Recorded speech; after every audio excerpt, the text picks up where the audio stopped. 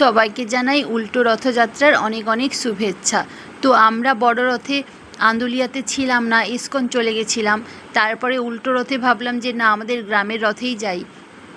আর এইটা আমাদের শীতলা মাতার মন্দির, এইখানে ঠাকুর ছিল। এইবারে রথ টানা হবে, সেই জন্য ঠাকুরকে নিয়ে এবারে রথে চড়ানো হবে, নিয়ে যাওয়া হচ্ছে, রথে চড়ানো হবে। আর জানো, আন্দুলিয়ার রথ অনেক পুরনো, অনেক অনেক বছর আগের রথ।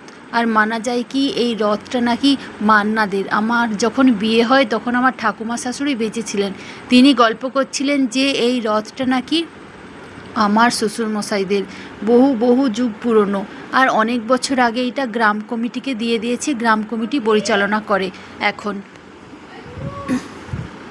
আর আমরা যখন ইসকনের রথে গেছিলাম সেখানেই অনেকে বলাবলি করছে যে ইসকনের রথ হয়ে গিয়ে আর আন্দুলিয়ার রথে যাওয়া হয় না।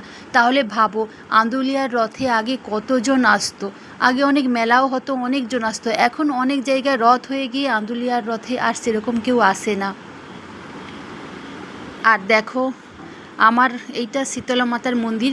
এইবারে রথ এখানে আসবে আর আমাদের গ্রামের পুরোহিতের ঠাকুর ওইখান থেকে রথে চড়ে, ঠাকুরকে নিয়ে গিয়ে আবার পুরোহিতের বাড়ি নিয়ে চলে যায় উল্টো রথ হয়ে গেলে। তো আমাদের রথের ভিডিওটা কেমন লাগলো জানাবে।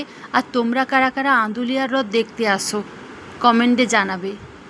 জয় জগন্নাথ, শুভরাত্রি, রাধে রাধে।